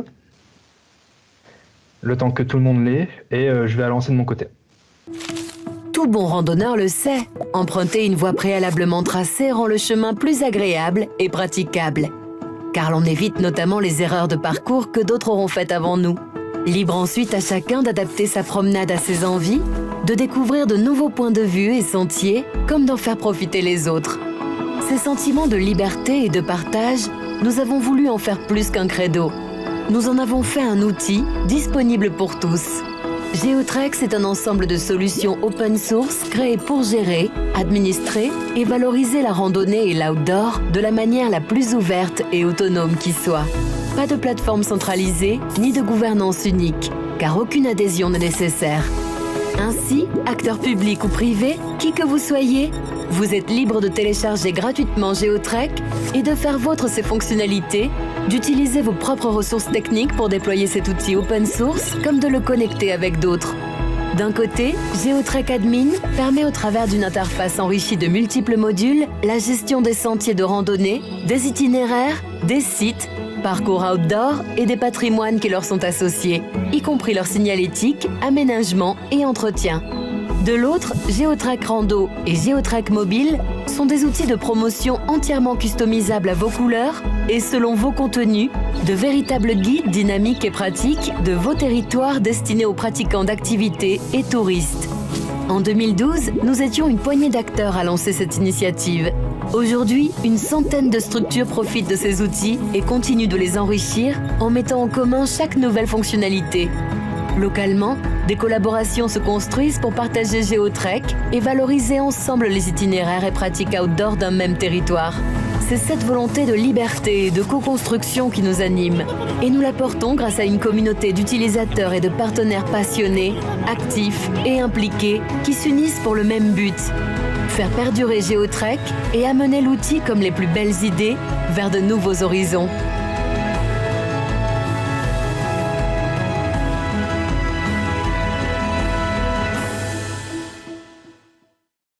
Je pense qu'on va dire que c'est bon pour tout le monde. Enfin, donc rapidement, là, une petite carte qui est reprise depuis le site geotrek.fr, qui en fait montre les utilisateurs de Geotrek au niveau national. Donc pour relire rapidement, je ne vais pas tous les refaire, mais on a 10 parcs nationaux qui utilisent Geotrek, on a 25 parcs naturels régionaux, 15 départements. Je peux même rajouter que la carte n'est pas vraiment encore à jour parce que chez OpenIG, on a le département de l'Aude qui nous a rejoint récemment, ainsi que le département des Hautes-Pyrénées. Donc ça fait des départements de plus, 5 côtés, 60 communautés de communes, etc. Donc la communauté Geotrek, c'était un peu compliqué de résumer ça rapidement pour montrer un peu le collaboratif, mais donc déjà on peut parler du premier côté, donc une communauté qui est active, qui est sur GitHub. J'ai vu le lien qui est parti dans la description. Donc une communauté sur GitHub très riche parce que les développeurs participent beaucoup et répondent beaucoup aux questions. Donc beaucoup d'utilisateurs et de collaborateurs comme moi partout en France discutent de façon journalière avec les développeurs qui nous apportent des éléments de réponse ou on fait remonter des bugs ou autres qui permettent de mettre à jour Geotrek. Ainsi qu'une communauté actuellement qui est sur un groupe Google mais qu'on espère que ça va changer où on met tout ce qui est thématique et amélioration de Geotrek. Tout ce qui est côté technique est gardé sur le GitHub, et là, c'est plus que le côté informatique pour donner des informations. Dessous, j'ai mis aussi des photos des rencontres Geotrek qu'il y a eu en 2019 à Nîmes et en 2021 à Aix-en-Provence. Et bon, comme on peut le voir, de partout en France, il y a beaucoup de gens qui viennent nous voir. Je mettrai un peu en détail derrière, je vous montrerai un peu après. Alors concrètement, GeoTrek, donc c'est bien l'outil, mais qu'est-ce qu'il permet de faire? C'est que donc toutes les données qui sont rentrées sur le GeoTrek admin, qui permet de gérer les biens et les données, en fait, a une API qui est utilisée par beaucoup de monde. Là, j'ai mis en avant quelques sociétés, mais aussi c'est utilisé par tout le monde littéralement, vu que cette API en fait permet de rapporter et de valoriser les randonnées sur les GeoTrek rando. Et c'est pareil, par exemple, les données qui sont sur un GeoTrek admin sont utilisées par quelqu'un sur leur table pour remonter des informations, par Visorando. Tout ce qui est signalement aussi, qui est possible de faire sur GeoTrek, je vous montrerai rapidement après, et en lien avec Suricat, il y a des projets dessus. Pareil pour Hygiène Rando. En termes de revue de presse, la Banque des Territoires et le rapport Botorel en parlent aussi. Et en termes d'API touristique, en fait, parce que non seulement GeoTrek a une API qui permet de donner de la donnée sur des plateformes tierces, mais aussi on peut connecter à GeoTrek des informations touristiques, donc que ce soit Apitae, Tourinsoft, et il y a aussi un travail qui est en cours avec Data Tourisme qui regroupe tout ça justement. Donc GeoTrek chez OpenIG, je parle rapidement de ça pour dire un peu qui est chez nous et qui utilise GeoTrek, et après je vous ferai une petite démo. Donc on a actuellement 3 départements, la Lozère, l'Aude et les Hautes-Pyrénées. Au niveau des parcs, on a le parc des Grands Cosses et de l'Aubrac qui partagent le même GeoTrek admin, parce que oui, c'est possible et c'est le but en fait. GeoTrek admin n'a pas été conçu pour être utilisé que par un seul organisme. Les organismes limitrophes souvent se rattachent, que ce soit association ou autre, sur le site, et après c'est une question de droit utilisateur pour savoir qui peut modifier, faire mettre de la donnée, publier, etc. Pareil, au niveau des communautés de communes, on a la communauté de communes Albert, Côte-d'Armel et Libéris dans les Pyrénées-Orientales. On a donc une commune Pyrénées Haut-Garonnaises dans la Haute-Garonne, la commune de communes Pyrénées-Vallée des Gaves dans les Hautes-Pyrénées, et en office de tourisme, on a la Pyrénées-Lourdes, Vallée des Gaves. Donc maintenant, on va passer à la démo. Alors, je ne sais pas si on voit toujours mon écran ou pas. Ce que j'ai mis sur l'écran, attendez, je vous repartage ça. Donc, ok. Si je fais au niveau de la fenêtre, voilà, là je vous partage la fenêtre de mon écran. Est-ce que vous voyez? Oui. C'est bon pour tout le monde? Ok. Donc là, je suis sur le GeoTrek démo qui a été mis en place par le Parc des Écrins. C'est un GeoTrek qui est toujours à jour, que ce soit admin ou rando, et qui permet à qui que ce soit de faire des tests pour découvrir l'application. J'ai mis d'ailleurs les liens et identifiants de connexion dans la diapositive à la fin. Donc là, ce que je vais faire, c'est un exemple très simple. Donc ici, sur le menu de gauche, en fait, on a le listing de tout ce qui est tronçon, la vraie donnée géographique qui est en base de données. Donc là, je suis sur l'outil tronçon. Comme c'est un GeoTrek de test, on a accès à toute la France. Moi, j'ai essayé d'aller au niveau de Toulouse pour vous montrer. Hop, et je vais ajouter un tronçon. Donc je remplis le minimum possible. Hein, je mets test, je sais pas, 50. Voilà, pour dire. Je vais créer aussi, ensuite le linéaire. Voilà, je fais un linéaire, on va imaginer que ça c'est une randonnée. Voilà, elle est créée. Maintenant qu'elle a été créée, que la donnée géométrique a été créée, géographique pardon, a été créée dans les tronçons, je vais aller au niveau des itinéraires pour ajouter un itinéraire. Donc quand on ajoute un itinéraire, là pareil, je suis minimum syndical, mais logiquement, il faut mettre un nom. Si c'est publié ou pas, là moi je vois que je peux publier, c'est pareil parce que je suis connecté en tant qu'admin. On remplit ensuite la fiche de l'itinéraire avec le départ, l'arrivée, la durée, la pratique. Donc là on va dire que c'est une pratique pédestre. Je peux rentrer encore plus de détails, mais c'est pas obligatoire. Le niveau de difficulté, le parcours, etc. Sachant que tout ce que vous voyez comme option après est personnalisable. Je ne vais pas rentrer dans les détails, mais il y a un onglet admin en fait qui permet de paramétrer tout ça. Donc au niveau de l'avancée, pareil, on va mettre le parking, mettre des informations sur les transports en commun, les recommandations et ce qu'il faut pour venir, avec différents thèmes, étiquettes, etc., etc. Et pareil pour l'accessibilité aussi. Donc là, moi, je vais mettre juste le principal. On va mettre test 50. Voilà. Et on va... Ah, il y a un souci avec son site, il faudra que je le dise, mais on ne voit plus les icônes ici. OK. Et là, je vais choisir en fait de là à là. Hop. Je crée un itinéraire. Et maintenant que mon itinéraire est créé, en fait, on a le récapitulatif et toutes ces informations peuvent être ensuite téléchargées sous différents formats de fichiers. Aussi la trace GPX, KML et le livret, que ce soit pour ceux qui gèrent le bien, pour le livret de valorisation. Donc là, le profil asymétrique n'est pas paramétré parce que c'est un site de test. Donc il n'a pas été mis en place via MNT. Maintenant que l'itinéraire est créé, en fait, je vais aller sur le GeoTrek Rando de test, donc la dernière version en fait qui est liée en fait, qui utilise l'API du GeoTrek admin que je viens de faire. Et donc, si je recharge la page et que je vais au niveau des randonnées pédestres, là, c'est bien ici, hop. Logiquement, si je viens sur Toulouse, si j'ai mis pédestre, elle devrait apparaître dans pas longtemps. Ce qui n'est pas le cas, ça marchait juste avant que je montre... j'ai fait un test juste avant, comme par hasard, comme je suis en direct. D'accord, ok. Donc j'ai dû oublier quelque chose. Oui, j'ai oublié de la publier. Effectivement, ça ne pouvait pas fonctionner. Donc c'est bien un pédestre. Voilà, maintenant qu'elle est publiée,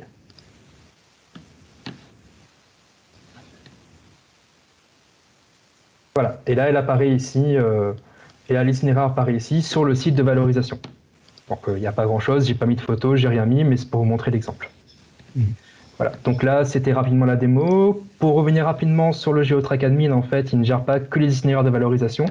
Ça, c'est pour le côté public, mais il y a tout à côté, comme la gestion de la signalétique, des interventions, des chantiers sur les biens et les aménagements, les sites outdoor, les parcours outdoor, les POI aussi, qui sont automatiquement rattachés à la fiche, les services, etc. et autres outils.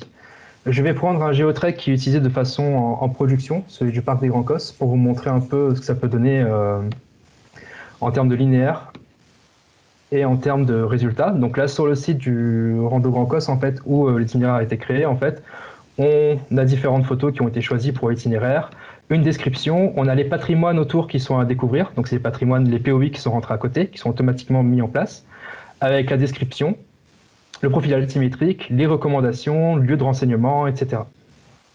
Et avec, si on a une API de contenu touristique qui est connectée aussi, à proximité, en fait, ce qu'il y a comme moyen de se loger ou de se restaurer.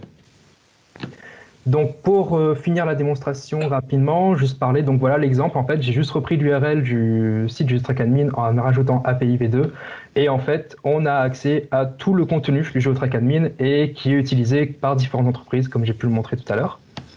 Je vais revenir maintenant sur ma présentation pour finir. Hop, on va partager, attendez, ici, je coupe mon écran. Donc si je reviens sur la présentation, ok, il est revenu au début. Voilà, donc mutualisation de GeoTrack par OpenIG. Donc qu'est-ce que c'est? C'est qu'il y a moi en tant que chargé de mission en fait qui m'occupe de l'animation et qui fait centre de ressources aussi pour les différents adhérents qui utilisent GeoTrack. Donc concrètement, ça veut dire que c'est moi qui aide à la mise en place de GeoTrack au côté technique, à la customisation. Donc ils discutent avec les différents adhérents pour savoir comment ils souhaitent customiser leur GeoTrack. On a un groupe de travail qui se réunit tous les ans, mais avec le Covid, il y a eu des complications. Pareil pour les rencontres nationales. On participe aussi aux copines nationales de GeoTrack, justement au niveau de la gouvernance pour aider à la décision de ce qui va être fait sur GeoTrack dans le futur, notamment par rapport au groupement de commandes qui a réuni plusieurs organismes partout en France pour mettre à jour que ce soit le GeoTrack Admin à des niveaux techniques et aussi le GeoTrack Rando, comme la dernière version que je vous ai montré, pour faire le choix des entreprises, etc. Donc, autre chose aussi, on participe aussi à des évolutions autres sur plusieurs projets. Donc, en fait, comme c'est un outil open source, quand il y a un besoin qui se fait ressentir par la communauté pour améliorer l'outil, en fait, on participe. En fait, on a un budget en fait pour aider aux évolutions. Entre autres, par exemple, là, on va aider pour mettre en place une des fonctionnalités qui est beaucoup attendue, qui est le GeoTrack Aggregator, qui permet en fait de réunir les bases de données sur un même territoire, agréger différents GeoTrack Admin pour le mettre sur un seul, comme le cas de la Lozère où il y avait d'autres GeoTrack qui étaient déjà présents, comme des parcs, et la Lozère qui arrivait plus tard, le département, et qui souhaite avoir son GeoTrack pour récupérer les informations des autres bases. Donc l'utilisation des ressources aussi, donc moi c'est 2 tiers de mon temps travail en 2021 pour travailler sur GeoTrack en termes d'administration système, gérer les serveurs, gérer la sécurité aussi pour mettre en place les serveurs, entre autres. Donc voilà, c'était assez rapide. Si vous avez des questions, n'hésitez pas. J'ai dans la diapo, on a mis les liens pour toutes les informations en plus, pour plus de détails, on peut me contacter aussi. Et s'il reste un peu de temps pour les questions. Juste, enfin, il y a peut-être c'est plus des informations que j'ai vu passer dans le chat. Peut-être juste donc une question pareille pour bien comprendre l'architecture avant de passer aux aspects formation. Donc GeoTrack, on fait des instances sur les différentes régions qui étaient intéressées, qui ont monté leur GeoTrack. Comment ça s'articule avec les plateformes territoriales? Ce que tout à l'heure on a vu passer rapidement, c'était l'Open API l'API avec la REST-JSON qui était en fait greffée sur OpenIG, ou c'était complètement indépendant? Comment ça se couple? Quelle API? L'API qu'on a vu tout à l'heure avec les get, etc. J'ai vu l'URL, a priori c'était OpenIG dessous, donc ça se greffe sur une plateforme? En fait, l'API est spécifique à une plateforme. C'est-à-dire que si un office de tourisme, par exemple, qui a son site internet ou autre, veulent récupérer les données du GeoTrack Admin sur leur territoire, en fait, ils peuvent se connecter via l'API du GeoTrack Admin mis en place. Okay. Ce n'est pas une seule API au niveau national, en fait. C'est une API pour chaque GeoTrack. Ouais, c'est bien ce qu'on a vu. Ok, merci des précisions. Je laisserai regarder peut-être dans les chats s'il y a des petits compléments d'informations que tu veux rajouter. Et je propose qu'on passe peut-être à la présentation d'Hélène Bégon sur la stratégie de notre ministère en matière de formation. Je pense que c'est important, vous avez vu la richesse de tout ce qui a été montré aujourd'hui. On en a tous un peu plein la tête des différentes actions des uns et des autres, avec plein de démarches et d'initiatives. Et donc, toute cette démarche d'accompagnement, de montée en compétences, de partage, je pense que c'est très intéressant qu'Hélène nous présente la démarche qui est mise en œuvre suivie par le ministère et sur laquelle il peut y avoir aussi des partenariats, des mutualisations, des répartitions d'actions intéressantes entre nous. Hélène, je te passe la parole. Bonjour, est-ce que nous voyons mon partage? Non, pas encore. Non, pas encore. Alors. Enfin, moi pas. Off. Et là? Oui, c'est mieux. C'est mieux? Parfait. Alors bonjour à toutes et tous, je vais essayer d'aller vite pour peut-être rattraper un petit peu le temps de cet après-midi. D'abord, vous saluer parce que je suis très admirative de tout ce que j'ai entendu depuis ce matin. J'ai appris énormément de choses et quand je dis que j'ai appris, je veux même dire que je n'ai pas tout compris parce que les compétences que vous maîtrisez sont impressionnantes et pointues. Clément a souhaité que je vous dise quelques mots de ce que l'administrateur ministériel de la donnée, qu'est l'Ecolab, est en train de mettre en place en matière de montée en compétence sur la donnée. Sachant évidemment qu'on ne part pas de nulle part et que, en particulier sur les outils d'information géographique, le ministère met en place des formations depuis un certain temps. Mais enfin, en partant de l'existant, voir comment monter en compétence sur la donnée de façon transversale au sein du ministère. Je ne reviens pas sur l'utilité de monter en compétence sur la donnée.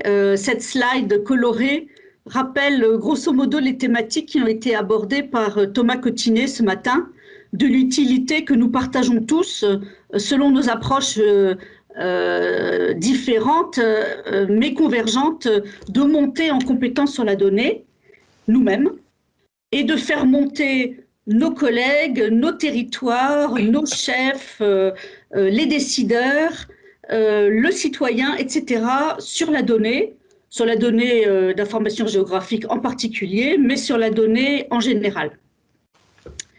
Et de la même façon, j'enfonce une porte ouverte en disant que travailler sur la montée en compétences, ce n'est pas que créer des formations, c'est travailler sur un continuum qui va de la formation initiale.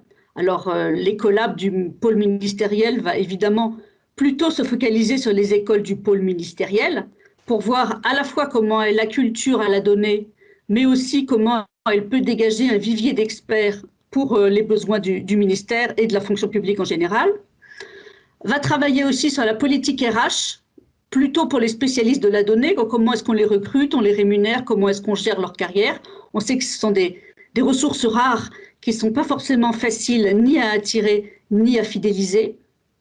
Évidemment, on travaille sur la formation continue, formation classique, mais aussi comme le support d'aujourd'hui, des séminaires et toutes les dynamiques de partage possibles pour s'acculturer, se cultiver, maintenir ses compétences.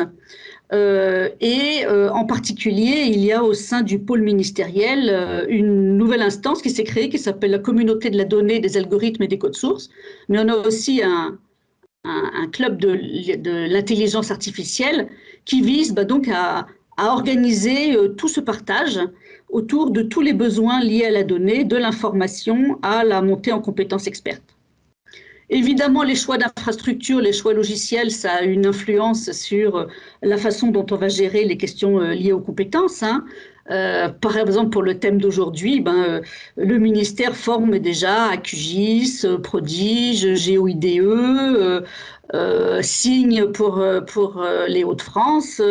Vous êtes pour certains formés à Géo-Orchestra en dehors du ministère, etc. Bref, les infrastructures, les choix logiciels ont aussi une importance pour les montées en compétences. Évidemment, plus on mutualiserait ces outils, ou en tout cas, plus leurs interfaces seraient aisées, enfin seraient proches, et plus la montée en compétences serait probablement facile. Et puis la politique, le management de la donnée en général ont aussi une incidence sur les compétences, puisque ça va dépendre évidemment des moyens alloués, du nombre de collègues qui vont être touchés, enfin pour pouvoir bénéficier de toute cette montée en compétences, et puis comment les décideurs vont utiliser vos compétences au bénéfice des politiques publiques. Alors, sur quoi on part? Encore une fois, on ne part pas de nulle part, mais on ne part pas de très loin quand même. Le ministère fait pas mal de choses sur l'information géographique, mais probablement pas suffisamment, sur les langages utiles pour requêter tous ces outils, mais peut-être pas non plus suffisamment. Donc cet état des lieux, Clément en est plus spécialiste, c'est lui qui gère ça comme maîtrise d'ouvrage de formation pour le ministère. Mais sur la donnée en général, qu'est-ce que la donnée, pourquoi la donnée, en quoi ça me concerne la donnée, comment former les collègues à passer des commandes sur la donnée. On perd assez loin, et ça c'est vrai en interministériel. Et tout le monde se débrouille un peu dans son coin. Il y a pas mal de supports en ligne, mais bon, on se débrouille tous un peu dans notre coin. Et le premier bilan qu'on a fait avec les différents collègues du pôle ministériel, de son réseau scientifique et technique, et même en interministériel, dans le réseau interministériel des administrateurs ministériels des données, on voit qu'on part tous un peu d'une difficulté devant l'ampleur a priori du sujet. Donc comment on est parti? On est parti sur quelques premiers projets. Premièrement, puisqu'il y a un certain nombre de cours qui existent à distance, on a choisi de voir les cours d'Open Classroom. Alors, ce n'est pas les formations certifiantes type data analyst, data scientist, qui peuvent exister par ailleurs sur Open Classroom à mi-temps ou à plein temps. Ce sont des cours d'une moyenne de 15 heures à peu près, dont un certain nombre sont tagués données, mais qui vont au-delà. Et donc, le choix qu'on a fait, c'est d'acheter des licences de façon à pouvoir monitorer la montée en compétences de nos collègues sur la donnée, et puis aussi sur d'autres thématiques, pour faire une expérimentation. Est-ce qu'ils se forment à distance? Est-ce qu'ils se forment sur la donnée? Quel type de collègues se forment sur la donnée, etc. Voilà. On monitore ces cours à distance pour la première fois au sein du pôle ministériel. On a choisi de le faire sur la donnée. Deuxième projet, créer un outil PIX+, sur la thématique la donnée dans la sphère publique, la politique publique de la donnée. PIX, probablement vous connaissez, vous en avez entendu parler, c'est un outil d'auto-évaluation des compétences gratuit sur les compétences numériques. On l'utilise maintenant dans les écoles, les collèges, les lycées, les universités, pas mal d'entreprises, etc. Sur la donnée, il y a quelques compétences qui sont déjà dans le référentiel, c'est le PIX grand public, mais sur la donnée dans la sphère publique, la politique publique de la donnée, il y a tout un tas d'autres compétences qui existent, et sur lesquels on a envie de créer un référentiel d'auto-évaluation pour les potentiellement 5 millions de fonctionnaires et d'agents publics, mais évidemment, ça serait miracle. On a envie donc de créer cet outil d'auto-évaluation des compétences, ce qui signifie créer un référentiel de compétences, créer les questions et les modules de remédiation. Ça veut dire en gros, si vous n'avez pas réussi à répondre à la question, voilà quelle était la réponse et comment aller plus loin. Et donc, on va partir en 2022 avec PIX, qui a donc accepté le principe, le plus possible en interfonction publique, puisque ça intéresse finalement autant les collectivités territoriales que l'État, etc., avec les ingénieurs de PIX qui ont commencé à plancher sur le sujet. Au sein du pôle ministériel, donc avec notre réseau des CVRH, donc ce sont nos centres de formation, nos 10 centres de formation interrégionaux, de créer en 2022, si possible, 3 formations d'entrée générale dans la donnée, Bon, ça s'appelle comme ça, mais ça c'est mon nom à moi, c'est pour faire comprendre de quoi il s'agit, c'est-à-dire la donnée ça m'intéresse, mais de quoi s'agit-il?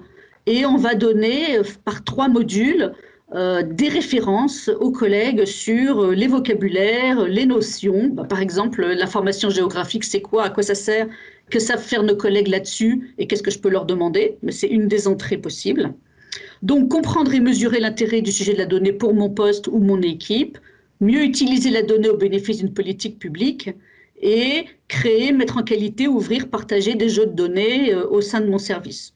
Voilà. Ce sont des espèces de tiroirs englobants qui vont permettre de mettre à l'intérieur un certain nombre de données, de références, de réflexes. Voilà. C'est moins mûr, mais on a l'intention aussi de travailler en 2022 avec les écoles du pôle ministériel, donc, pour voir comment ils forment aux techniques de la donnée. Établir avec la DRH, avec le secrétariat général, une politique de RH sur la donnée en général. Donc, comment est-ce qu'on recrute, comment est-ce qu'on attire, comment est-ce qu'on fidélise, comment on gère la carrière des experts de la donnée. Sachant qu'une étude faite par la direction interministérielle du numérique et l'INSEE, il y a quelques mois, estime qu'il faut au minimum 400 nouveaux experts de la donnée en 3 ans dans l'État. C'est peut-être sous-estimé d'ailleurs, hein, quand on voit déjà les ambitions de l'IGN. On se dit 400 pour tout l'État, c'est peut-être pas considérable, mais enfin bon, déjà il faut les trouver. Et puis, toutes les autres opportunités de monter en compétences, comme l'atelier d'aujourd'hui, qui me fait personnellement beaucoup monter en compétences et en questionnement. Donc, repérer toutes les formations, les supports de connaissances qui existent, et ils sont nombreux, et qui ont été validés par ceux qui les ont suivis, pour dire ça c'est bien, ça c'est moins bien, ça on peut oublier. Et ça fait gagner un temps précieux aux collègues. Et puis, repérer des formateurs, des formatrices internes, ou parmi vous. Donc, vous n'êtes pas tous internes, pour ceux qui sont des plateformes régionales non-État. Mais enfin, essayez de se partager au mieux ce vivier de formateurs et de formatrices qui est rare. Donc, je vous ai surtout parlé du ministère, enfin, du pôle ministériel, puisque, a priori, c'est mon champ de travail. Mais évidemment, parmi le réseau professionnel ultra intéressé et intéressant pour mutualiser tous ces sujets, tout ce travail d'élaboration de la matière grise stratégique à la réalisation des cours sur le terrain. Vous faites partie de ce réseau, évidemment, vous, monde de l'information géographique. Alors, les différentes possibilités de collaboration, de coopération qu'on pourra examiner sous l'égide de Clément, avec vous tous, via la Physio, mais pas seulement, enfin, j'ai aucun a priori. C'est déjà de créer des groupes de travail pour mettre à jour des formations qui sont largement mutualisables. Donc, j'ai parlé des communautés logicielles, Prodigio, Orchestra, IDGO, etc. Mais on a bien sûr toutes les autres compétences liées à la donnée, la data vis dont on a parlé, l'IA dont on a parlé, les questions liées au catalogage, etc. Je ne fais pas la liste, elle est considérable. Les autres possibilités qu'on se signale, ces formations, ces événements d'intérêt commun, et si ce sont des formations qu'on a pu suivre les uns et les autres, qu'on les note de façon à ce que sur une échelle de 1 à 4, on puisse pousser les numéros 3, numéro 4, les meilleurs, quoi. Vous pouvez tous, avec les hautes compétences que vous avez en données et en données d'information géographique, nous aider à insérer des éléments de compétences dans les 3 formations d'entrée dans la donnée qui ont déjà été commandées au réseau des CVRH du ministère, dans l'outil d'auto-évaluation des compétences liées à la donnée publique, le futur PIX+, et dans d'autres formations qu'on pourrait avoir à créer, à mettre à jour. Participer au vivier de formateurs, participer au futur chantier que lancera le CNIJ sur la compétence en information géographique et en information géolocalisée, puisque parmi les missions du futur CNIJ, qu'on est en train de rédiger le projet de décret du futur CNIJ, on rajoute la compétence au niveau national, voire au-delà, sur l'information géographique et géolocalisée. Et puis, participer, alors ça nous concerne tous et les collabs évidemment, aux travaux que vont lancer la FIGEO, le CNI sur la filière des métiers de l'information géographique, y compris les travaux qui sont menés entre les collabs et la FIGEO sur ces questions liées de façon plus générale à la filière et à ses besoins de structuration. Voilà, donc c'est un appel aux bonnes volontés, aux intelligences, aux envies, sous réserve du temps disponible de chacun, de façon à ce que nous devenions tous plus experts et que ce soit en plus agréable puisqu'on travaillerait avec un collectif de professionnels passionnés. Merci beaucoup, Hélène. Je crois qu'effectivement, il y a quelques réactions déjà dans le chat, avec des mentions je ne connaissais pas, France Université Numérique, avec un rôle qu'il y avait eu dans un workshop. Alors, je ne sais pas s'il y a quelqu'un qui veut expliciter ou réagir dessus. Et puis, effectivement, l'association FIGEO elle-même qui dit que l'outil PIX d'auto-évaluation peut être un bon levier pour sensibiliser les acteurs publics, utilisateurs potentiels de l'information géographique. Donc, voilà, moi je trouve que c'est très intéressant. Merci encore Hélène d'avoir présenté ça, parce qu'on est vraiment dans une étape un peu charnière. Je crois à la fois on a tous atteint des maturités importantes dans la donnée avec des dizaines d'années, plus de 10 ans de pratique sur les plateformes territoriales. On voit aujourd'hui des convergences à la fois dans les usages, à la fois dans des solutions techniques. On partage tous des outils de catalogage avec pratiquement GeoNetwork, même s'il devient plutôt le moteur caché qu'on emballe pour le rendre plus esthétique et plus facile. Donc il y a un besoin de comment on va pouvoir homogénéiser notre vision, nos démarches de monter en compétences pour que les métadonnées soient plus facilement produites et homogènes, donc avec des travaux de métamodélisation de ces métadonnées sous l'égide du CNIJ. Il y a des actions un petit peu dans tous les sens qu'on peut porter au niveau méthodologique, au niveau technique, avec effectivement, pourquoi pas définir ces plans de formation de manière conjointe, avec des premiers niveaux d'essentiel de la géomatique, d'essentiel des données, de la data vis ou d'autres sujets. Et puis après, chaque communauté logicielle déclinant par les formations complémentaires pour comment les choses s'implémentent chez moi, et certains modules étant en marque blanche ou partagés, pouvant être également portés de manière collégiale. Je pense qu'il y a vraiment l'écosystème est en train de se consolider. Moi, personnellement, c'est ce que je constate à travers toute cette journée de présentation. Et je trouve ça très enthousiasmant.